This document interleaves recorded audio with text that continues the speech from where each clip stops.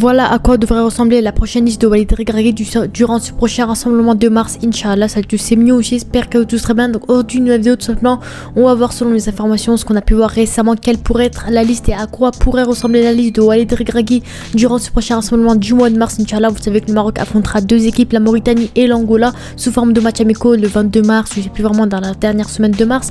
Donc voilà, ça peut être vraiment intéressant de tester quelques joueurs. On a vu par rapport à quelques médias, quelques journaux, quelques joueurs devraient être absents et de l'autre côté, quelques autres joueurs devraient être appelés pour la première fois. Donc j'ai vraiment hâte de voir ce match-là. Apparemment, Inch'Allah, jeudi soir, Walid Regragui donnera sa liste officielle tout simplement en conférence de presse comme d'habitude. Donc j'ai vraiment hâte de voir ce match-là, ce moment-là justement. Donc voilà, mis à part ça, avant, on va essayer de faire des théories, voir un petit peu selon les informations, piocher un petit peu dans les informations que j'ai pu voir sur Twitter ou les informations relayées, quels pourraient être les joueurs appelés, les joueurs qui ont refusé, les joueurs qui ne pourraient être pas appelé justement.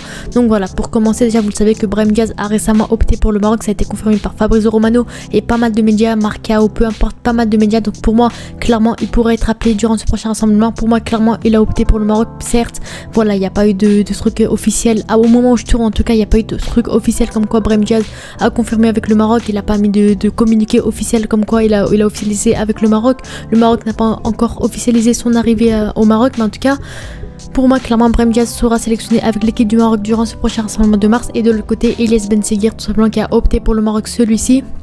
Voilà, lui ça a été officialisé, lui clairement il a opté pour le Maroc. Donc pour moi clairement ces deux joueurs, on a clairement pu voir dans Actu Foot Afrique justement que le Maroc va convoquer deux nouveaux joueurs pour ce prochain rassemblement de mars, Inch'Allah. Elias Benseghir, 19 ans de l'AS Monaco, qui revient de blessure justement. Donc lui apparemment il devait être appelé durant ses dernières Coupe d'Afrique, mais malheureusement ça n'a pas pu être fait du fait qu'il était blessé à l'épaule. C'était quand même compliqué pour lui, donc c'est un imprévu. Et Brahim Diaz bien entendu qui a récemment opté pour le Maroc à 24 ans, donc en soi c'est mieux vaut tard que jamais comme on peut dire. Mais voilà, en tout cas ces deux attaquants seront un renfort de plus afin de renforcer l'attaque du Maroc durant ce prochain rassemblement de mars, Inch'Allah. Et apparemment on a vu quelques autres news, notamment voilà, on peut voir un petit peu ici qu'il y aura potentiellement de grands absents comme des Mazraoui notamment et Selim Amalah qui devait être absent pardon dans la prochaine liste de Walid Regragui. Donc voilà, apparemment il n'aurait pas convaincu Regragui durant cette dernière Coupe d'Afrique. Voilà, Mazraoui ça fait un moment qu'on l'a pas vu, je sais pas vraiment s'il est blessé, s'il a un problème, je sais pas vraiment l'excuse qu'il peut avoir, mais en tout cas Mazraoui malheureusement est très décevant avec le Maroc. C'est compliqué pour lui, certes il est souvent placé sur le côté gauche parce que Hakimi gère déjà sur le côté droit, c'est pas son poste, etc. Mais en tout cas, mis à part ça, il est très décevant. On sait qu'il y a déjà des Achatallah par exemple, ils sont déjà bien plus intéressants que des Mazraoui. Malheureusement, il offre rien de particulier sur le côté gauche, c'est compliqué pour lui. Et Amalah, vous le savez très bien que ça fait un moment que franchement, il a plus le niveau de cette équipe du Maroc, qui a de bien meilleurs joueurs qui attendent sur le banc de prendre sa place justement. Et Amalah, malheureusement, il avait pris la confiance de Regragui. Là, dans cette dernière Coupe d'Afrique, il a cassé sa confiance. Ça a été quand même compliqué pour lui, beaucoup trop d'erreurs, beaucoup de mauvaises choses, comme quoi c'est pas le meilleur joueur possible, le meilleur joueur qu'on pourrait voir sur le terrain marocain. Et malheureusement pour les deux, apparemment il devrait être absent durant ce prochain rassemblement, Inch'Allah. Pour moi clairement c'est deux joueurs qui malheureusement nous ont déçus ces dernières années, notamment qui ont été quand même compliqués. Mazraoui c'est un joueur sur lequel on avait l'habitude de voir de belles perfs, que ce soit avec l'Ajax ou le Bayern. Voilà, en début de saison il était quand même intéressant. Malheureusement sur le côté gauche du Maroc c'est compliqué pour lui, il assure pas vraiment, c'est pas son rôle, c'est pas vraiment le rôle sur lequel on peut mieux le voir. Voilà, Amalah, vous le savez très bien, vous-même vous le savez que malheureusement il a pas niveau de l'équipe du Maroc, faut pas se le cacher, on va pas mentir, c'est compliqué pour lui.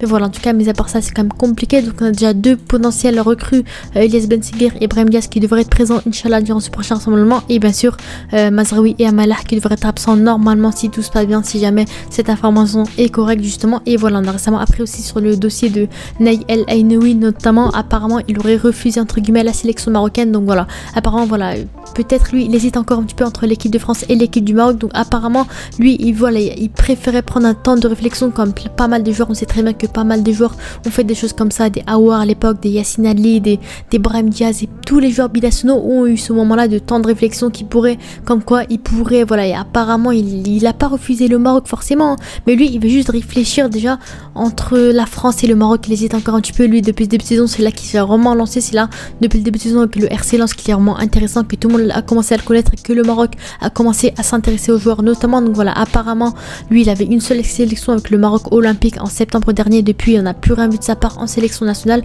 Donc voilà, pour le moment lui il préfère se concentrer, comme on peut dire, avec son club, avec le RC Lens. Certes ça peut être un peu compréhensible puisque voilà c'est la première saison en professionnel officiellement, etc. Mais en tout cas lui il hésiterait un petit peu encore une fois. Il a apparemment refusé, voilà, Ainaoui a déjà repoussé les avances de la Fédération marocaine de football avant la CAN 2023, préférant se concentrer avec son club. Donc on voit clairement que franchement il hésite hésite entre l'équipe de France et l'équipe du Maroc justement. Lui, voilà, voilà, on va dire que c'est un peu un binational, un petit peu qui hésite, tout comme Brahim Diaz à l'époque et tous les binationaux qu'on a pu voir. Encore une fois, voilà, El Ainaoui hésite entre la France et le Maroc et ça ne plaît pas du tout à tout le monde. Donc voilà, clairement, c'est un peu compliqué pour lui. Pour moi, personnellement, je pensais clairement qu'il avait opté pour le Maroc, mais apparemment, c'est pas si simple que ça. Et apparemment, Regragui voulait la paix durant ce prochain rassemblement. Apparemment, lui, entre guillemets, il l'aurait repoussé. Voilà, il préfère avoir du temps de réflexion, se concentrer avec son club jusqu'à la fin de saison et potentiellement prendre cette décision bientôt. Je sais pas vraiment quand, mais bientôt en tout cas. Mais apparemment, voilà, il sera pas présent durant ce prochain rassemblement de mars. Mais voilà, en tout cas, si on peut voir un petit peu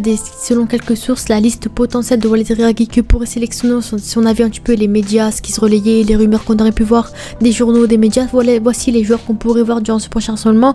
Donc les gardiens de but, c'est comme d'habitude Bounou, El Kajoui et Medji Benabut, comme d'habitude, il n'y a rien à dire là-dessus. Les défenseurs, Achraf Hakimi, Adam Massina qui est de retour justement avec le Torino, qui est vraiment fait un bon début de saison avec le Torino.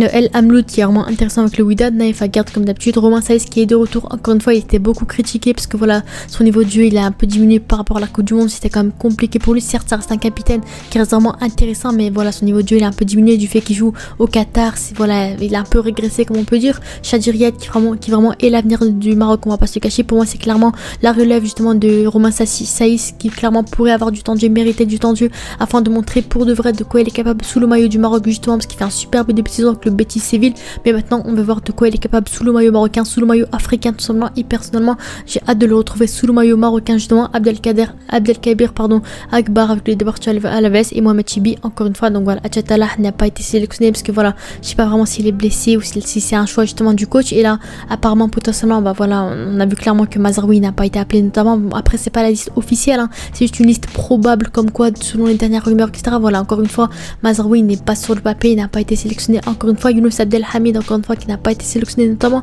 Abdelhamid ça reste comme un vieux défenseur central comme voilà, Stade de Reims on sait qu'il compte beaucoup sur ce joueur là. C'est un joueur qui voilà, le capitaine du Stade de Reims qui quand même fait un bon début de saison avec voilà en Ligue 1, mais voilà avec le Maroc c'est un peu compliqué pour lui, il a jamais vraiment eu le temps de jeu qu'il méritait justement. Et milieu de terrain Brahim Diaz potentiellement qui pourrait être appelé encore une fois si les dossiers sont complétés, s'il est officialisé justement avec l'équipe du Maroc. Mais personnellement normalement Inch'Allah c'est dans 2 semaines, voilà un truc comme ça le rassemblement, donc il y a largement le temps afin de le signer et à la fin de l'officialiser justement. Sofiane Amrabat comme d'habitude, Aziz Younaïh, El Khanous, El Minarit, Mohamed Herimat, voilà de l'Aïstar. Personnellement je connais pas forcément donc je vais pas trop en parler. Elias Ben Seguir bien entendu, donc les 2 nouveaux binationaux qui pourraient être appelés Inch'Allah durant ce prochain rassemblement. Donc on voit clairement encore une fois que Amalah n'a pas été sélectionné. On a des jeunes joueurs aussi comme des Richardson qui malheureusement pourraient potentiellement ne pas être sélectionnés. Encore une fois on voit clairement que Regragui pourrait compter sur son milieu officiel qui fait par rapport à d'habitude. Clairement des Sofiane Amrabat, des Ounaïh, des Aminarit potentiellement aussi. On voit clairement il y a des Saïbari qui ne pourraient ne pas être sélectionnés aussi, à voir un petit peu comment se passer. Mais en tout cas clairement on voit qu'il y a clairement un manque de joueurs, il y a pas mal de joueurs qui n'ont pas été appelés notamment, mais voilà c'est encore que la liste probable, donc on va pas vraiment s'inspirer de ça, c'est à prendre avec des pincettes encore une fois. Et les attaquants bien sûr Amin Ali du Bayer Leverkusen qui franchement il est vraiment très très bon. Ayoub El Kabi pour moi c'est clairement mon chouchou en attaque parce que malheureusement il a pas le temps de jeu qu'il mérite avec le Maroc, malgré le fait qu'il soit vraiment impressionnant et vraiment très très intéressant du côté du Maroc. Sur les peu de minutes qu'il a eu dans la dernière Coupe d'Afrique il a vraiment été intéressant, voilà avec des pénaltys déclenchés, avec pas mal de choses, de la percussion qu'on a vu en attaque. Et bien sûr avec l'Olympiakos franchement il a marqué à quasiment tous les matchs, il est vraiment très intéressant. Youssef Enisri qui est beaucoup critiqué dans cette équipe du Maroc, certes il est vraiment très bon avec le Séville FC, voilà il marque des buts, des doublés, des triplés, mais malheureusement avec le Maroc c'est pas assez, beaucoup trop de manqués devant les cages, beaucoup trop de ratés, c'est compliqué pour lui. Mais voilà en tout cas j'espère qu'il va revenir en forme Inch'Allah. Abd encore une fois que malheureusement il fait un mauvais début de saison avec le Betis Séville, il n'a pas beaucoup de temps de jeu, il n'a pas vraiment trouvé la confiance qu'il méritait et c'est un peu compliqué pour lui. Abderrazak Hamdallah qui voilà il a refait confiance en lui justement. Walid Regragui voilà il a évité un Tissoudali pardon qui a été décevant durant la dernière Coupe d'Afrique, il a préféré compter encore une fois sur un Hamdallah, lui redonner sa 100e chance encore une fois parce que on sait que ça fait des années qu'il l'a jamais convaincu officiellement avec l'équipe du Maroc, c'était quand même compliqué.